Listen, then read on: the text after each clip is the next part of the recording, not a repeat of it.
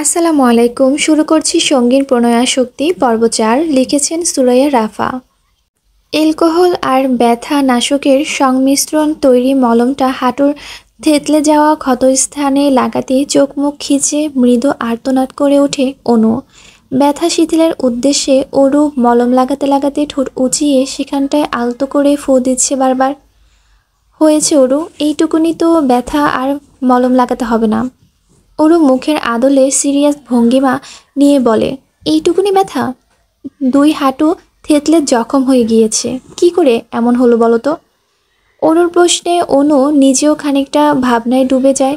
সত্যি তো, ব্যথা এইটুকুনি হলো। আজকের সেভিয়রের মতো ওই লোকটার সময় মতো না এলে অনেক ভয়াবহ কিছু ঘটে যেতে পারত। ফার্স্ট ক্লাস কান্ট্রি হওয়ায় দরুন আমেরিকান যেমন অনেক অনেক ভালো দিক আছে, তেমনি ভালোর আড়ালে ঢাকা কুৎসিত দিকেরও অভাব নেই। আজ তেমনই একটা কুৎসিত ঘটনার সম্মুখীন হতে হয়েছে অনুকে। সন্ধ্যা রাতে শিফট শেষ করে ক্যাফেটেরিয়ার থেকে বেরিয়ে অনু গিয়েছিল মায়ের কাছে হসপিটালে। মা আইসিইউতে ভর্তি, খুব একটা পাশে থাকতে হয় না, নার্সরাই খেয়াল রাখেন সর্বক্ষণ। তাই তো পার্ট টাইম জবটা অফারটা পেয়েই লুফে নিয়েছিল অনু। কে জানতো সেই জবই কাল হয়ে এভাবে সামনে দাঁড়াবে ওর। ক্যালিফোর্নিয়ার আর সান ফ্রান্সিসকোর মাঝামাঝি এই স্টেটে পাবলিক ট্রান্সপোর্ট নেই বললেই চলে। এখানে পার্সোনাল গাড়িবিহীন চলাফেরা বড়ই দুরূহ ব্যাপার। ক্যাফেটেরিয়ার থেকে হসপিটাল অবধি ছোটোমোটো একটা বাস স্টপেজ থাকলেও কৃত্তিকের নিরবিচ্ছিন্ন জনমানবহীন বাড়ি অবধি হেঁটেই যেতে হয় অনুকে। যদিও প্রতিদিন সকালে কোম্পানির বরাদ্দকৃত গাড়িতেই হসপিটালে যায় অনু, কিন্তু বিকালে পার্ট টাইমের কারণে আর গাড়ির ড্রাইভারকে অযথা ঝামেলা দেয় না ও। বাস ধরে আর বাকিটা পথ হেঁটে নিজেই বাড়িতে ফিরে যায়। আজও লাস্ট বাস ধরেই কেবলই ক্যাফেটেরিয়ার সামনে স্টপেজে নেমেছিল অনু। তখন সন্ধ্যা রাত মাত্র, তবুও পুরো রাস্তা জুড়ে শুনশান নিস্তব্ধতা বিরাজমান। অদূরে কোনো এক হাওয়াই থেকে আসা সাই সাই করে কারবার ভ্যানের শব্দ ছাড়া টুকরো পাতা ঝরে পড়ার টুপটাপ আওয়াজটা পর্যন্ত অনুপস্থিত। চারিদিকে কেমন গা ছমছমে পরিবেশ। অনু যত দ্রুত সম্ভব পা চালাচ্ছিল বাড়ির পথে, ঠিক তখনই সামনে এসে দাঁড়ায় সেদিনের ক্যাফেতে ঝামেলা করা গুন্ডা মতো সেই লোকটা। আজ আর একজন নয়, বরং কয়েকজন ছিল ওরা।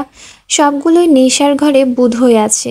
লোকগুলো কেমন লোভাতুর দৃষ্টি নিক্ষেপ করে চেয়ে আছে ওর পানে। সোডিয়ামের মৃদু আলোয় অনুর চোখে বড্ড বিশ্রী লাগলো সেই চাহনি। ওদের আক্রোশ দেখে মনে হচ্ছে ওরা অনুর ধরার জন্যই ফাঁদ পেতে বসেছিল।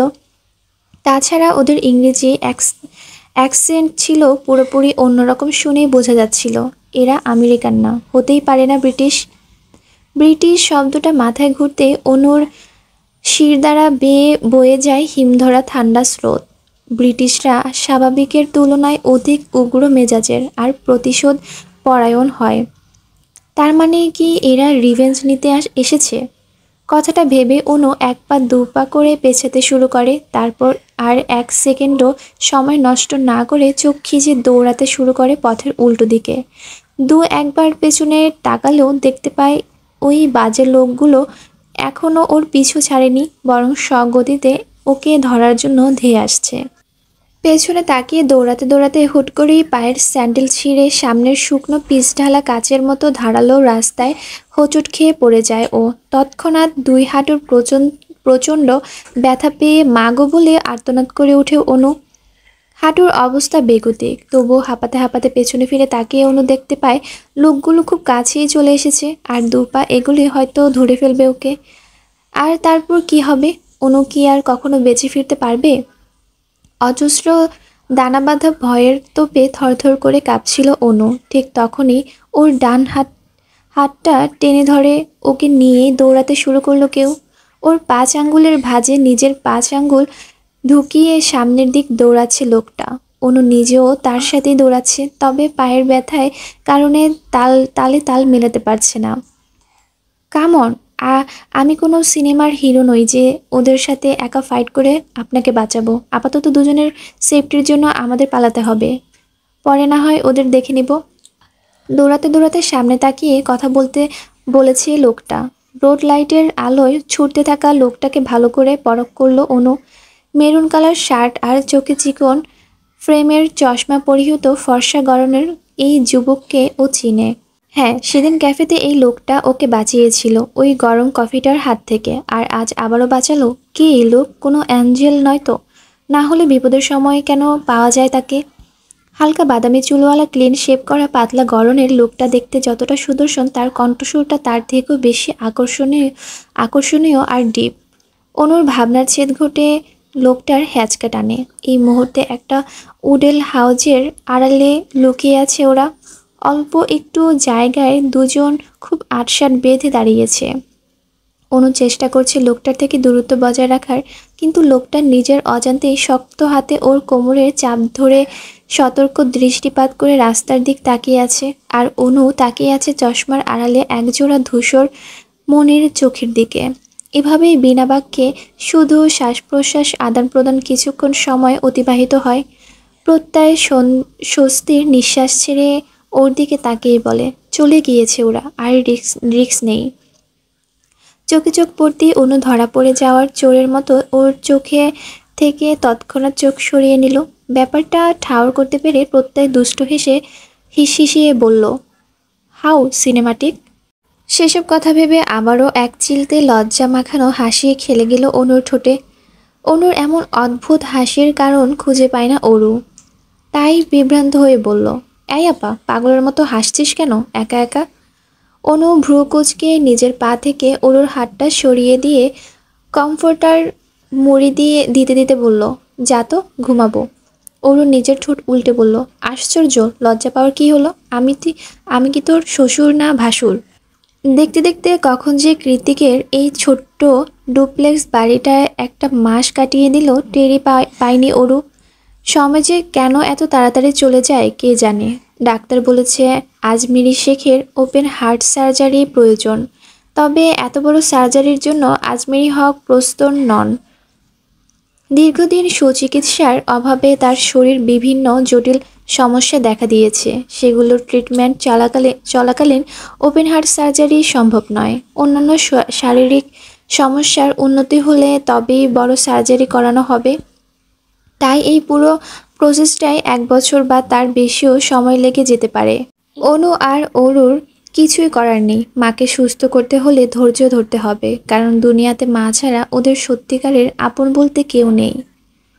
এর মাঝে অনু কৃতিককে অনুরোধ করেছে অরুকে যাতে একটা ছোটোখাটো ভার্সিটিতে অ্যাডমিশন করিয়ে দেয়, কারণ বছরের পর বছর তো আর পড়াশোনা বন্ধ করে রাখা সম্ভব নয়।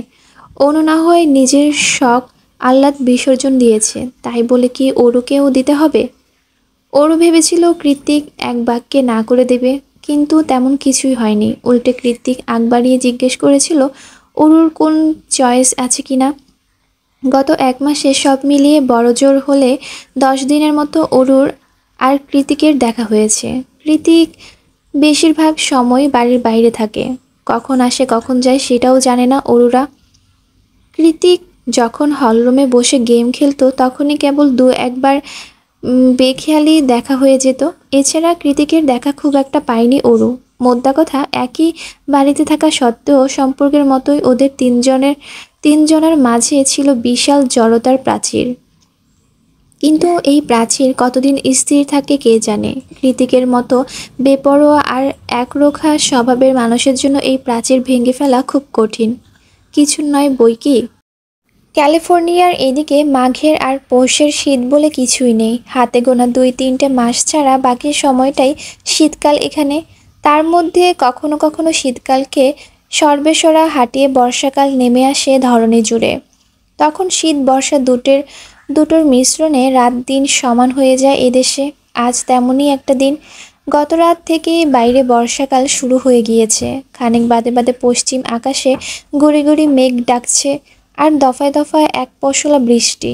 সূর্য না ওঠার দরুন ঠান্ডারাও যেন জেঁকে বসেছে একদম। এই আলো আঁধারি আবহাওয়ার মাঝেও অরুর মনটা আজ ভীষণ ভালো। কেনই বা ভালো থাকবে না? সান ফ্রান্সিসকো স্টেট ইউনিভার্সিটিতে অ্যাডমিশন হয়েছে ওর। আগামীকাল থেকে আবারও নতুন করে পড়াশোনার অধ্যায় শুরু হবে ওর জীবনে। না, নিজের জীবনের উপর যতটা অভিযোগ করেছিল ততটাও খারাপ নয় জীবনটা। সেই খুশিতেই সকাল সকাল রান্না চড়িয়ে কিচেনে কাউন্টারের উপরে পা দুলিয়ে বসে বিশাল লম্বা বেনিটাকে হাত নিয়ে নাড়তে নাড়তে গুনগুনিয়ে গাইছে ওরু। এই মেঘলা দিনে একলা ঘরে থাকে না তো মন, কবে যাব কবে পাবো ওগো তোমার নিমন্ত্রণ। ব্যাস এতটুকুই গিয়েছিল ও। তখনই বাইরে কলিং বেলটা বাজখাই আওয়াজ তুলে বেজে ওঠে। ওরু লাফ দিয়ে কাউন্টার থেকে নেমে তাড়াহুড়ো করে গিয়ে দরজা খুলে দেখে বাইরে কেউ নেই, তবে ফ্রন্ট ইয়ার্ডে যে বেঞ্চিটা রয়েছে তার উপরে কিছু একটা রাখা। দরজার সামনে থেকে ছাতাটা কুড়িয়ে সেটা নিয়ে ওরও বেঞ্চের কাছে এগিয়ে গেল। গিয়ে দেখলো তাজা টকটকে লাল গোলাপের একটা বুকে, তার মাঝখানে উইশ কার্ড। ফোটা ফোটা বাড়িধারা জমে ফুলগুলোকে আরও বেশি সতেজ দেখাচ্ছে। প্রথমে তাজা গোলাপের মুখ ডুবিয়ে প্রাণ ভরে শ্বাস নিল ওরু। তারপর উইশ কার্ডটা খুলে পড়তে শুরু করলো, যেখানে গুটি গুটি ইংরেজি অক্ষরে লেখা, many many happy returns of the day, J K. Sir from us. ব্যাস এতটুকুই। উইশ কার্ডটা পরে ভ্রুকুচকে ডুপ্লেক্স বাড়িটার দোতলার কর্নারের রুমটার দৃষ্টি নিক্ষেপ করে ওরু, যেখানে এই মুহূর্তে কৃতিক ঘুমিয়ে আছে। প্রায় 2 দিন পর কাল মাঝরাতে বাড়ি ফিরেছিল কৃতিক। রাতে যখন ওরু পানি পান করতে নিচে নেমে আসে তখনই দেখতে পায় কৃতিককে অন্ধকার রুমে কাউচের উপর বসে মোবাইলের ফ্ল্যাশ জ্বালিয়ে নিজের পায়ে নিজের ব্যান্ডেজ করছে সে। ব্যান্ডেজ করা হয়ে গেলে গায়ের জামা কাপড়গুলো ওখানে ছুঁড়ে ফেলে দিয়ে খোঁড়াতে খোঁড়াতে নিজের রুমে চলে যায়। পরে অবশ্য অরুণ নিজেই কৃতিকের জামা কাপড়গুলো লন্ড্রিতে দিয়েছিল, কিন্তু ক্ষত কী করে হলো সেটা আর জিজ্ঞেস করার আর সাহস হয়ে ওঠেনি। দেখা গেল জিজ্ঞেস করতে গেলে উল্টো থাপ্পড় মেরে গাল লাল করে দিল। যে পরে মানসম্মান খেয়ানোর ইচ্ছে নেই অরুর, তার উপর কথায় কথায় যে অপমান সহ্য করে সেই ঢের। মনে মনে কথাগুলো ভেবে নিয়ে বুকে সমেত ঘরে চলে গেল অরু। বেলা তখন 10টা কি 11টা। বাইরে বৃষ্টি নেই, তবে কালো মেঘে ছেয়ে আছে চারিপাশ। তখনই একেবারে তৈরি হয়ে একটা ব্ল্যাক বেল্টের ঘড়ি হাতে পেঁচাতে পেঁচাতে নিচে নামলো কৃতিক। দেখেই মনে হচ্ছে বাইরে যাবে, তবে যাওয়ার আগে সাধে অরু। তাজা গোলাপের বুকেটা সামনে বাড়িয়ে দিয়ে একগাল হেসে বলে, হ্যাপি বার্থডে ভাইয়া। ভাইয়া শব্দটা উচ্চারণ করতে অরুর একটু কষ্টই হলো বই কি। কৃতিক কোনো প্রতিক্রিয়া করতে পারল না। তার আগে একের পর এক গগন কাঁপানো হাঁচি দিতে শুরু করলো ও। কৃতিক একাধারে হাঁচি দিয়ে যাচ্ছে। হাঁচি দিতে দিতে ওর নাকের ডগা লাল বর্ণ ধারণ করেছে। হুট করেই কৃতিকের এমন বিরূপ প্রতিক্রিয়া ওরও একটু ভড়কে যায়। ব্যস্ত ভঙ্গিতে বলে, কি হয়েছে আপনার, ঠিক আছেন তো? কৃতিক হাঁচির মাঝখানে জবাব দেয়, ইডিয়েট, ওটাকে সরা, রোজ আমার অ্যালার্জি আছে। এগেইন হাঁচু। প্রায় মিনিট 10 পর একটু স্বাভাবিক হয়ে কৃতিক যখন আবারও বাইরের উদ্দেশ্যে পা বাড়ায় তখনই দ্বিতীয়বারের মতো পিছু ডেকে উঠে অরু। কৃতিক বিরক্ত হয়ে দাঁতে দাঁত চেপে বলে, হোয়াট হ্যাপেন অরু, কি চাইছিস তুই? না মানে কোথায় যাচ্ছেন? ভার্সিটিতে যাচ্ছি, এক্সাম আছে। আর কিছু? এমা, আপনি তো 30+ এখনও পড়াশোনা শেষ করতে পারেননি। আমার নয়, আমার স্টুডেন্টদের এক্সাম আছে। অ্যান্ড তুই কি ঘুরিয়ে পেঁচিয়ে আমাকে বয়সের খোঁটা দিলি? ওরও সচকিত হয়ে এদিক ওদিক মাথা নাড়ালো, তবে এটা বুঝতে পারল না এত ধনসম্পদ প্রতিপত্তি থাকা সত্ত্বেও কিসের অভাবে কৃতিক বিজনেস ছেড়ে দিয়ে চাকরি করে। শুনে রাখ, যদি দিয়েও থাকিস আমার লস নেই, বরং তোরই লস। দেখবি দিন শেষে তোর কপালেও একটা বুড়ো বর জুটবে। ওরও মুখ কাচুমাচু করে বলল, এভাবে কেন অভিশাপ দিচ্ছেন? কি ক্ষতি করেছি আপনার? কৃতিক একটু ব্যথাতুর হাসি হাসলো, অতঃপর বলল, সিরিয়াসলি, আমার এইজের কাউকে বিয়ে করাটা তোর কাছে অভিশাপের মতো? ওরও মনে মনে বলল, অবশ্যই, আমি তো নিখিল ভাইয়ের মতো ইমিডিয়েট সিনিয়র কাউকে বিয়ে করব। ওরও চুপ হয়ে গিয়েছে দেখে কৃতিক ঘড়িতে নজর দিয়ে দ্রুত হাঁটা দিল। তখন আবারও দৌড়ে ওর সামনে গিয়ে দাঁড়ালো ওরও। অরুর বলা একটু আগের কথা, কৃতিকের মেজাজ এমনিতেই তুঙ্গে, তার উপর এখন বারবার পথ আটকাচ্ছে মেয়েটা। কি চাইছে ও? রাগের তোপে দাঁত কটমট করতে করতে কৃতিক বলল, কি চাই? যাবি আমার সাথে? পকেটে করে নিয়ে যাব? উঠবি পকেটে? আয় তাহলে। ওরও এদিক ওদিক মাথা নাড়ায়। মাথা গরম হয়ে আছে ওরও, রাস্তা ছাড় নয়তো তোর ওই নরম গালে কষিয়ে একটা থাপ্পড় দেবো আমি, যেটা আমি দিতে চাচ্ছি না। ওরও শুকনো ঢোক গিলল। একটা প্যাকেট এগিয়ে দিল কৃতিকের মুখের দিকে। কৃতিক ভ্রুকুঞ্চিত করে বলল, কি এটা? ওরও ভয় ভয় মাথা নিচু করে জবাব দেয়, পায়েস। আজ আপনার জন্মদিন, তাই জানেন আপা বলে আমার হাতের ডেজার্ট নাকি অমৃত। সম্পর্ক যেমনই হোক না কেন, আপনি তো আমার ভাইয়ের মতো, তাই না? অরুর বলা শেষ কথাটা তীরের ফলার মতোই মস্তিষ্কে গিয়ে আঘাত করল কৃতিককে। ও চুপচাপ প্যাকেটটা হাতে নিল, অতঃপর দু কদম এগিয়ে গিয়ে প্যাকেটটা ময়লার বিনে ফেলে দিয়ে চোয়াল শক্ত করে অরুর দিকে আগুন ঝরা দৃষ্টি নিক্ষেপ করে বলল, same on your fucking sympathy. তারপর হুড়মুড় করে বেরিয়ে গেল গেট ছাড়িয়ে। ওরও এখনও একই জায়গায় শটান দাঁড়িয়ে। না চাইতো এভাবেই বারবার অপমানিত হতে হয় কৃতিকের কাছে। কই, অনুর সাথে তো এমন আচরণ করে না, শুধু ওর সাথেই কেন? ওর উপর কিসের এত রাগ কৃতিকের? ভেবে পায় না ওরও। তাছাড়া ও তো কোনো সিম্প্যাথি দেখানোর জন্য ডেজার্টটা বানায়নি, বরং অনেকটা ভালোবাসা আর আন্তরিকতা থেকেই তো বানিয়েছিল। যেখানে ওর নিজেরই করুণ অপছন্দ, সেখানে ও কিনা কাউকে করুণা করবে, তাও আবার জায়ান কৃতিককে, যার করুণার বেঁচে আছে ওরা। হাস্যকর। তাহলে কৃতিক আদতে কেন করুণার কথা বোঝালো? হোয়াট ডিড হি মিন? রাস্তার সাইডে স্থির দাঁড়িয়ে থাকা চেনা পরিচিত মার্সিডিস গাড়িটা দেখে বেশ অবাক হলো সায়র। মনে মনে ভাবল, মাঝ রাস্তায় কৃতিক গাড়ি থামিয়ে করছেটা কি?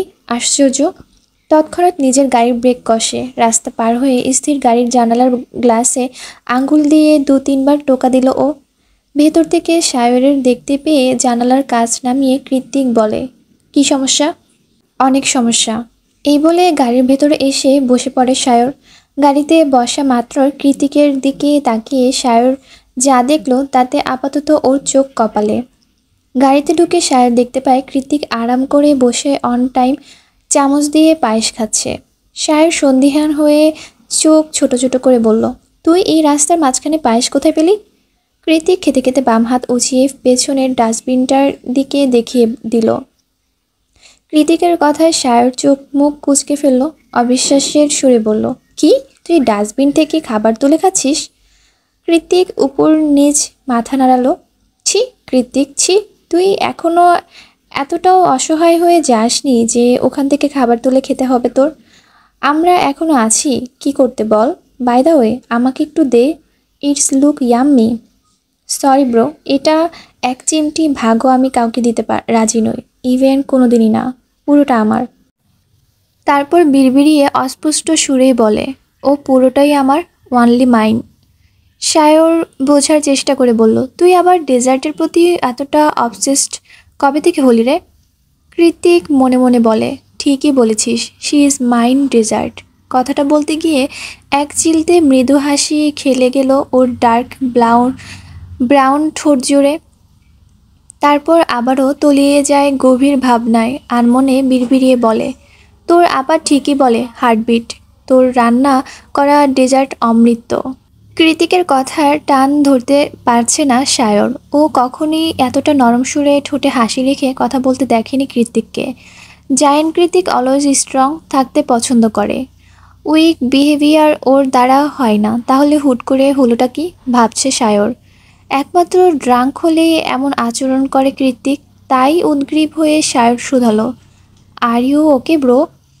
কৃতিক কুটিল হেসে জবাব দেয়, তখন ভালো মন্দ ঠিক বেঠিক উচিত অনুচিত কোনোটাই মস্তিষ্কে আটকায় না। যা এসে হৃদয়ে আটকায় সেটা হলো কাছে পাবার প্রবণতা। অ্যাট এনি কষ্ট, তাকে চাই। ইউনো হট, আমি জায়ান কৃতিক চৌধুরী মাত্র ডাস্টবিন থেকে তুলে এনে খাবার খেয়েছি। It was warm and I feel so much happy. Shayor ওর কথার আগামাথা কিছুই বুঝতে পারল না। কার কথা বলছে ও? কেনই বা বলছে? আগে তো কখনো বলেনি। ইভেন প্রেম ভালোবাসা এই সমস্ত কথা শুনলেও রেগেমেগে আগুন হয়ে যেত যে মানুষটা, তার হঠাৎ হলোটা কি আজ? চৌকিতে প্রশ্ন ছুড়ল সায়র। ব্রো, ওই ডেজার্টে কিছু মেশানো ছিল না তো? কৃত্তিক জবাব দেয় না, শুধু বাঁকা হেসে গাড়ি স্টার্ট দিতে দিতে আনমনেই বলে, ছিল তো, আমার হার্টবিট, ছোঁয়া, and it's my personal drug. সন্ধ্যা হতে না হতেই ঝুম বৃষ্টি নেমেছে আকাশ বাতাস ছাপিয়ে। বাড়িতে বিদ্যুৎ নেই, মোম জ্বালিয়ে রেখেছে ওরু। অনু একটু আগে কল দিয়ে জানিয়ে দিয়েছে বৃষ্টিতে হসপিটালে আটকা পড়েছে, ও চিন্তা না করতে। ওরু মাত্রই কথা শেষ করে উপরে চলে যাচ্ছিল, তখনই গেট খুলে ভেতরে ঢুকে বৃষ্টিতে ভিজে জুবুথুবু হয়ে যাওয়া কৃত্তিক। মোমের আলোর থরথর করে কাঁপতে থাকা কৃত্তিককে দেখে মায়া হলো অরুর। ও এগিয়ে গিয়ে কিছু লাগবে কিনা জিজ্ঞেস করতে চাইল, কিন্তু তখনই সকালের সেই অপমানের কথা মনে পড়তে আবারও পিছু হেঁটে পা বাড়ালো নিজের ঘরের দিকে। তবে দুপা সিঁড়ির দিকে এগোতেই পেছন থেকে কাটকাট আওয়াজ ভেসে এলো কৃত্তিকের। দেখেছিস শীতে কাঁপছি, তবুও তাওয়াল এগিয়ে না দিয়ে চলে যাচ্ছিস? আক্কেল কি পানির সাথে গুলে খেয়েছিস? ওরও একটা দীর্ঘ নিঃশ্বাস ছেড়ে বলল, নিয়ে আসছি। উপর থেকে তাওয়াল নিয়ে এসে চেহারার একটু রাগি রাগি ভাব করেই এগিয়ে যায় কৃত্তিকের কাছে। অরুর তাওয়াল দেওয়ার জন্য হাত বাড়াতেই কৃত্তিক খপ করে অরুর হাতসহ তাওয়ালটা ধরে নেয়। তারপর ওর হাত দিয়ে নিজের মতো করে চুল মুছতে থাকে। আরে আরে, কি করছেন? লাগছে তো হাতে।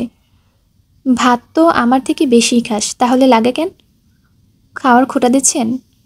তুই আমার সব সম্পত্তি খেয়ে ফেললেও সেটা দেব না। কি বললেন? অরুর কথার পিঠে কৃতিক কিছু বলতে যাবে, ঠিক তখনই দরজা ঠেলে এলিসা, অর্ণব, সায়র, ক্যাথলিন সবাই একসুরে চেঁচিয়ে বলে ওঠে, সারপ্রাইজ! ওদিকে কারো উপস্থিতি টের পেতেই অরুকে এক ঝটকায় দূরে সরিয়ে দেয় কৃত্তিক। অরু মেঝেতে ছিটকে পড়ে আর্তনাদ করে বলে ওঠে, আহ, আমার কোমর! ভোর হতে না হতেই গোল্ডেন গেট ব্রিজ দিয়ে ছুটছে গাড়ির বহর। কেবল গাড়িই নয়, ফরেনারের, ট্যুরিস্ট থেকে শুরু হয়ে স্থানীয় পথচারী সবাই গন্তব্যের উদ্দেশ্যেই পা চালাচ্ছে আপন গতিতে। সান ফ্রান্সিসকোর ছোট্ট শহরতলির ছাড়িয়ে মূল শহরে পা রাখলে কেবল মনে হয় যান্ত্রিক গাড়ি ছাড়া মানুষ পায়ে হেঁটেও পথ চলে। এছাড়া জায়গাটা ট্যুরিজম এরিয়া হওয়ায় সর্বক্ষণই লোকে লোকারণ হয়ে থাকে। ছাদ খোলা মার্সিডিজে বসে দিকভ্রান্তের মতোই এদিক ওদিক তাকিয়ে মানুষ দেখছে অরু, যেন হাজার বছর পরে এই প্রাণীকুলের দেখা পেল সে। আর এমনটা হবে নাই বা কেন? গত 1 মাস ধরে এই নির্জন শুনশান বাড়ি থেকে বিরক্তি ধরে গিয়েছে ওর। ঘর কোনো হওয়ার দরুন টিকতে পেরেছে বৈকি। অন্য কেউ হলে আলবাত পাগল হয়ে বনে যেত। তবে ওরও এই মুহূর্তে পাগলের মতোই অদ্ভুত চাহনি ফেলে চারদিক ঘুরে ঘুরে দেখছে, যেন পৃথিবীর মাটি আজই ওর প্রথম দিন। অরুর কাহিনী দেখে কৃত্তিক হুট করে গাড়ির বাটন প্রেস করে ছাদটা তুলে দিল। কৃত্তিকের এমন কাণ্ডে অরু মুখ কালো করে ওর পানে চাইল। সুন্দর ফর্সা চেহারার সাথে এঁটে থাকা তীক্ষ্ণ চোয়ালটা শক্ত হয়ে আছে বরাবরের মতোই। চোখের সৌন্দর্যের সামিল হয়ে আছে কালো রঙা চৌকা রোদ চশমাটা। রাস্তার দিকে এক ধ্যানে তাকিয়ে থাকা থেকে থেকে শুরু করে এক হাত দিয়ে ড্রাইভ করা প্রত্যেকটা কাজই উপচে পড়ছে নজরকাড়া আভিজাত্য আর পুরুষত্ব। এই পুরুষের প্রতি যে কেউ এক দেখায় ফিদা হতে বাধ্য। তবে তার আচার আচরণ এমন অমানবিক কেন, ভাবছে অরু। কারণ এই বাহ্যিক সৌন্দর্যের সাথে ভেতরের মানুষটার যে কোনো রূপ মিলই খুঁজে পায় না ও। আমাকে দেখা বন্ধ কর, আমি ডিস্ট্র্যাক্ট হচ্ছি। তৎক্ষণাৎ চোখ নামিয়ে নিজের হাতের দিকে চাইল অরু। সফেদ রঙা ব্যান্ডেজ হাতে নিয়ে আজ প্রথম দিন ভার্সিটিতে যাচ্ছে ও। আর এই ব্যান্ডেজ করা ক্ষতটা অন্য কারো নয়, বরং ওর পাশের মানুষটার দ্বারাই তৈরি। যদিও কৃত্তিক সবসময় গোমরামুখী থাকে, তবুও রাতের সেই ভয়ানক কোল্ড হার্ট আর অগ্নি দৃষ্টিতেই কৃত্তিকের সাথে এখন আর কৃত্তিকের দিন রাত তফাৎ। আজ প্রথম দিন, তাই কৃত্তিকের সাথেই যাওয়ার সুযোগ পেয়েছে ওরু। কারণ কৃত্তিকই ওই একই ভার্সিটির প্রফেসর। তবে কৃত্তিক এটাও সাফ সাফ জানিয়ে দিয়েছে আজই ফার্স্ট আর আজই লাস্ট। এরপর আর ও কখনো ওরুকে নিয়ে যেতে পারবে না। তার বদলে ওর জন্য বরাদ্দ করা হয়েছে একটা ছোট্ট সাইজের প্যাডেল বাইক বা সাইকেল। সফেদ ব্যান্ডেজটা নখ দিয়ে খুঁড়তে খুঁড়তে ওরু যখন নানান অযাচিত চিন্তায় বিভোর, ঠিক তখনই আপন সুরে বেজে উঠল ওর মুঠোফোনটা। কোনো এক কারণে অনেকটা তড়িঘড়ি করেই ফোনটা কানে তুলল ওরু। ওপাশে ব্যক্তিকে কিছু বলার অবকাশ না দিয়েই ওরু বলল, হ্যালো হ্যালো নীলিমা, অবশেষে ফোন করলি তুই? জানিস কাল সারা রাত তোকে ফোনে কতবার ট্রাই করেছি, একবারও কল তুলিসনি কে তুই? অরু যতটা উচ্ছ্বাস নিয়ে কথাগুলো বলল, নীলিমার কণ্ঠস্বর ছিল ততটাই নির্জীব আর ক্লান্ত। বলল, আমি বুঝতে পারিনি এটা তুই। তাছাড়া কাল সারা রাত হসপিটালে ছিলাম, ফোন হাতের কাছেই ছিল না। অরু জিজ্ঞেস করে, কেন, কি হয়েছে, তুই ঠিক আছিস? হ্যাঁ রে, আমি ঠিক আছি, কিন্তু তিথি। তিথি নামটা শোনা মাত্রই অরুর মনে পড়ে যায় সেদিনের তিথির করা অজস্র অপমানের কথা। পাছে এসে ভয় করে তিথির প্রতি একরাশ ঘৃণা আর বিরক্তি। তবুও কথা আগাতে জিভ দিয়ে সামান্য ঠোঁট ভিজিয়ে অরু শুধায়, কি হয়েছে? নীলিমা কাঁদো কাঁদো গলায় বলল, জানি না অরু, হুট করে আমাদের তিথির মতো চঞ্চল হাসি খুশি মেয়েটার সাথে এরকমটা কেন হলো? কি হয়েছে সেটাই তো বল। মাত্র একদিনে ওর সাথে অনেক কিছু হয়েছে অরু। কিছু তুচ্ছ কারণে ভার্সিটি তিথির ছাত্রত্ব বাতিল করে দিয়েছে, আর ঠিক সেই দিনই হুট করে ওর বাবার এত বড় পজিশনের জবটাও চলে গিয়েছে। একদিনের ব্যবধানে ওর কেরিয়ার, ওর বাবার কেরিয়ার সব শেষ হয়ে গিয়েছে। তাহলে ওর মনের অবস্থাটা একটাবার ভাব। আর সব থেকে আশ্চর্য ব্যাপার হলো, তিথির বাবা জেকে গ্রুপের মার্কেটিং ডিপার্টমেন্টের কর্মকর্তা ছিলেন। বহু বছরের কেরিয়ার হুট করেই শেষ। বলতে বলতে অনেকটাই কান্না করে দেয় নীলিমা। তাহলে হসপিটালে কেন ছিলি? এতগুলো শক একসাথে নিতে পারিনি তিথির আম্মু। এসব ঘটনায় কাল রাতে হুট করে উনি স্টক করে বসেন, তাই সেখানেই ছিলাম সারা রাত। কথাগুলো শুনে ওরও খারাপ লাগছে, কিন্তু ওর তো এখানে কিছুই করার নেই। তাই ওরও চাপা নিঃশ্বাস ছেড়ে জিজ্ঞেস করলো, আন্টি এখন কেমন আছেন? আগের চেয়ে বেটার। এখন বল তোর কি খবর উরু? নীলিমাকে তৎক্ষণাৎ থামিয়ে দিয়ে উরু বলে, আমার কথা পরে বলবো ক্ষণ। তার আগে তুই আমাকে বল, নিখিল ভাই কোন ভার্সিটিতে অ্যাডমিশন হয়েছে নীলিমা? অরুর মুখ থেকে কথাটা বের হওয়ার সঙ্গে সঙ্গে গাড়িতে আকস্মিক ব্রেক কষল কৃত্তিক। হঠাৎ করে এমন হওয়ায় কম্পিত হয়ে উঠল অরুর বক্ষপিঞ্জর। সামনের দিকে হুমড়ি খেয়ে পড়তে পড়তেও যেন বেঁচে গেল ও। আতঙ্কের চোখ দুটো বড় বড় করে ঘুরে তাকালো কৃতিকের পানে। তখনও মোবাইল ফোনটা অরুর কানেই ছিল, তবে খুব বেশিক্ষণ সেটা আর কানে স্থির রইল না। অরু কিছু বুঝে ওঠার আগে ফোনটাকে অরুর কান থেকে নিয়ে ছিনিয়ে সেটাকে সজোরে মাঝ রাস্তায় ছুঁড়ে মারে কৃত্তিক। কয়েক মুহূর্তের মধ্যে সুন্দর চকচকে হ্যালো কিটি কাভার দিয়ে মোড়ানো ফোনটা পরিণত হয় ধ্বংসাবশেষে। নিজের শখের ফোনের এমন করুণ দশা দেখে আঁতকে উঠল অরু। হিংস্র বাঘিনীর ন্যায় দৃষ্টিপাত করল কৃত্তিকের পানে, তবে মুখ দিয়ে কিছু বলার অবকাশ দিল না কৃত্তিক। বরং তার আগে গাড়ির দরজা খুলে গর্জে উঠে বলল, গেট আউট। অরু চমকে উঠে বলল, কি বলছেন, এই মাঝ রাস্তায় কোথায় নামবো আমি? Get out.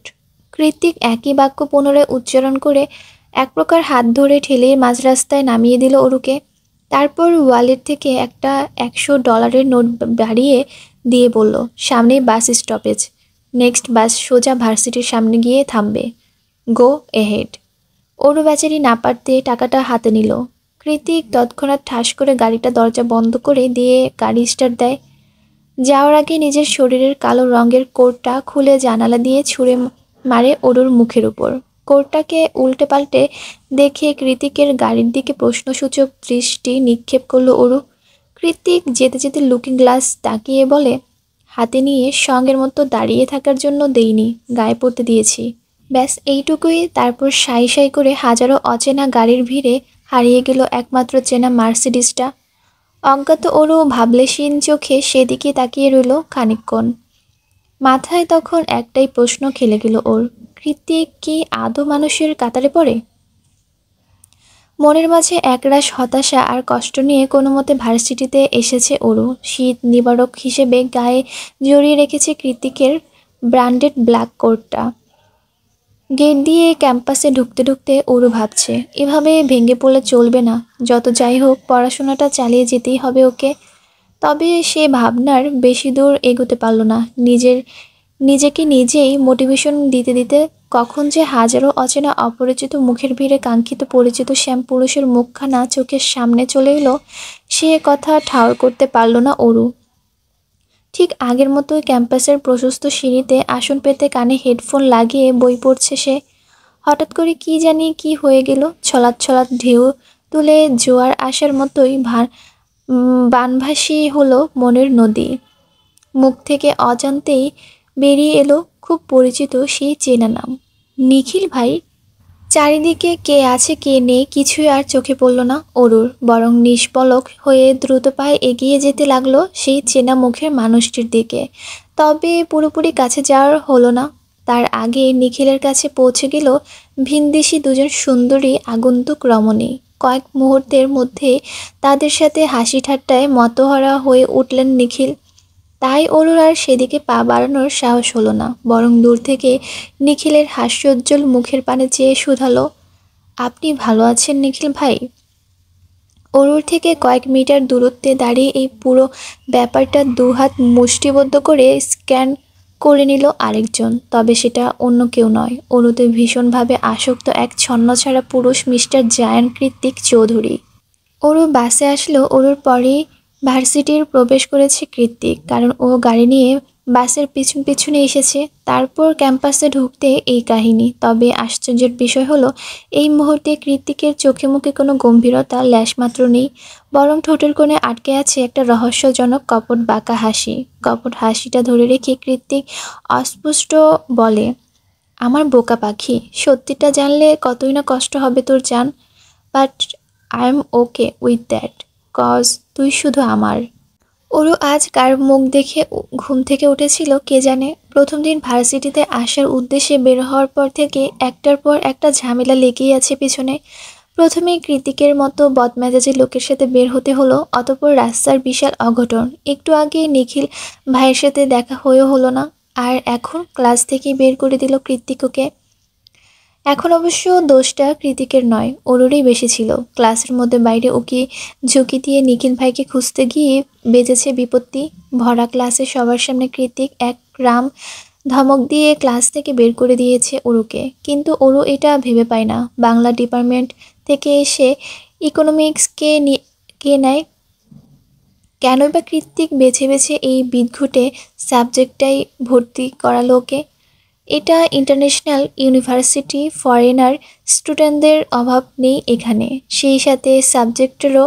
তাহলে ইকোনমিক্সই কেন?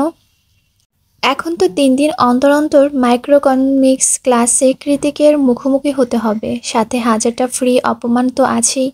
ক্লাসের বিপরীত করিডোরের মাঝখানে উঁচু থেকে শুরু করে সবুজ ঘাস অবধি বিছানার সিঁড়িতে বসে বসে অরুর মনের সাথে মস্তিষ্ক যখন বিশাল দ্বন্দ্বে লিপ্ত, ঠিক তখনই ল্যাপটপ ব্যাগ হাতে আগমন ঘটে নিখিলের। অরোরা না? পরিচিত কণ্ঠস্বর শুনে হকচকিয়ে পিছনে চাইল অরু। দেখল গালের মাঝে টোল পড়া হাসি মুখ দিয়ে দাঁড়িয়ে আছে নিখিল ভাই। এত দূরে সে বিদেশের মাটিতে নিখিল ভাইকে দেখতে পেয়ে অরুর ভীষণ আনন্দ হলো।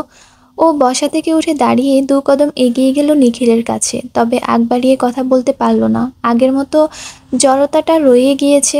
এবার নিখিলই প্রশ্ন করল প্রথমে, অরোরা তুমি হঠাৎ এখানে?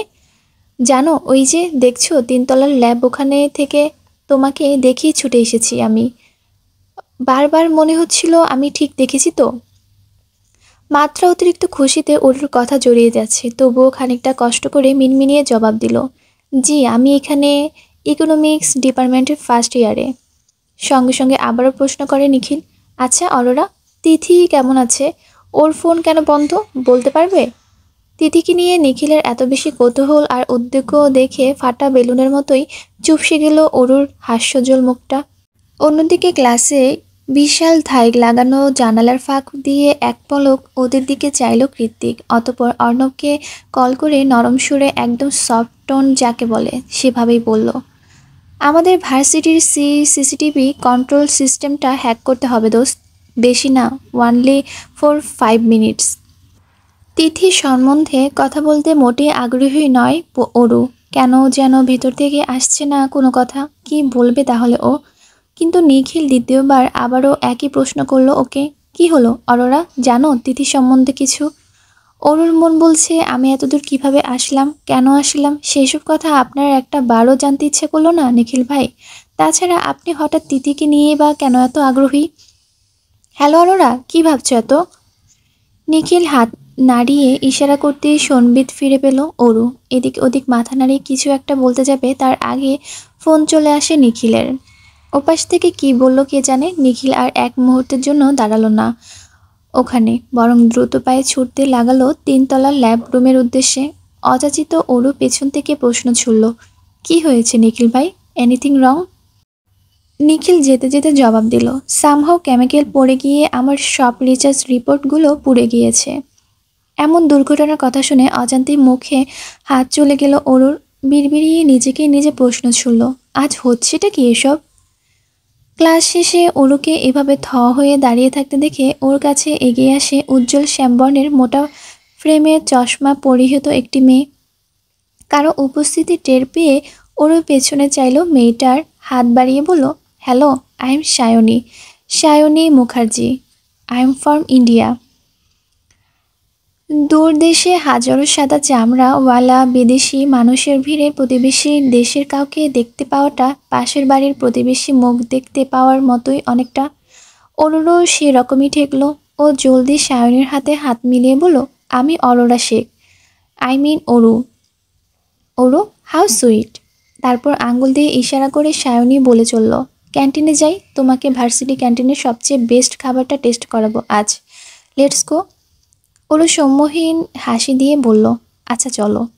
নরম ঘাসের আস্তরণ মারিয়ে পায়ে পায়ে এগিয়ে যাচ্ছে ওরা দুজন। যেতে যেতে সায়নী শুধায়, আচ্ছা আজ জেকে স্যার তোমাকে ওভাবে বকলো কেন বলো তো? উনি সাধারণ কারোর সাথেই আনপ্রফেশনাল আচরণ করে না। অ্যাটলিস্ট আমি তো দেখিনি। ওরও ঠোঁট উল্টে বলল, কি জানি, তবে মনে মনে বলল, তোমার জেকে স্যারের বকুনি খেয়ে আমার অভ্যাস আছে।